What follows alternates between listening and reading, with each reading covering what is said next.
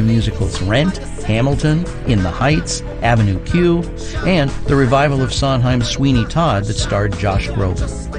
His new memoir, Theater Kid, is about his life and offers a behind-the-scenes look at what it's like to produce a Broadway musical. Join us.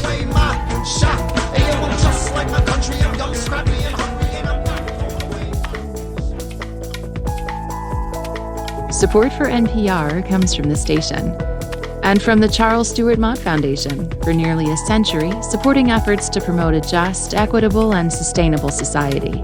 More at mott.org. From the Joyce Foundation, committed to advancing racial equity and economic mobility for the next generation in the Great Lakes region. Learn more at joycefdn.org.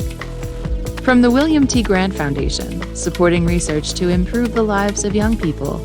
Online at wtgrantfoundation.org. And from the Kaufman Foundation, providing access to opportunities that help people achieve financial stability, upward mobility, and economic prosperity, regardless of race, gender, or geography. Kaufman.org. It's Morning Edition from NPR News. I'm Michelle Martin. And I'm Layla Faldin. Many cities across the U.S. are cracking down on homeless encampments. The Supreme Court cleared the way 1 year ago when it upheld a ban against homeless people camping in public. But the Oregon city at the center of that lawsuit still can't remove all the homeless camps there because of a new legal challenge. Jefferson Public Radio's Jane Vaughn reports. Grants Pass is a city of about 40,000 people in southwestern Oregon. Downtown, there are 4 homeless camps on city property within 2 blocks. The city has fenced them in, providing porta potties and dumpsters near clusters of tents and other belongings. Kate Huckert lives across the street with her boyfriend and children and says they call the police multiple times a day for things like fighting and drug use. We're right there, so it's really scary and disturbing what we're having to deal with. Dozens of people live in tents just steps away from City Hall. This is not where Grants Pass thought it would be 1 year after its big win at the U.S. Supreme Court. That ruling struck down lower courts that barred cities from enforcing anti-camping laws unless there was enough capacity in shelters for homeless people. So the city began clearing tents from parks again. Residents were hopeful their homelessness crisis would finally be solved. But then, in January, the city was sued again for breaking state laws, both disability protections and rules about how cities can regulate homelessness. Now, camping bans are again mostly blocked here by the judge hearing that lawsuit until it's resolved. And she ordered Grants Pass to create more camping spaces. This is threatening to break our whole neighborhood. Kate Huckert says she spent $10,000 on security upgrades for her home. It's a massive uptick in crime. We had mail theft 2 days ago. It's so scary. Her boyfriend, Mike Servant, says Grants Pass likes to play the victim of state law, rather than acknowledging that the city council's own actions, in his view, led to the lawsuit in the first place. And he's frustrated with how living across from a tent city has changed his perspective on homelessness. You know, I'm a bleeding heart liberal from way back.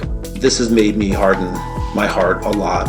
I'm much more callous about them, and I don't like that. People living in the homeless camps are also frustrated with the city.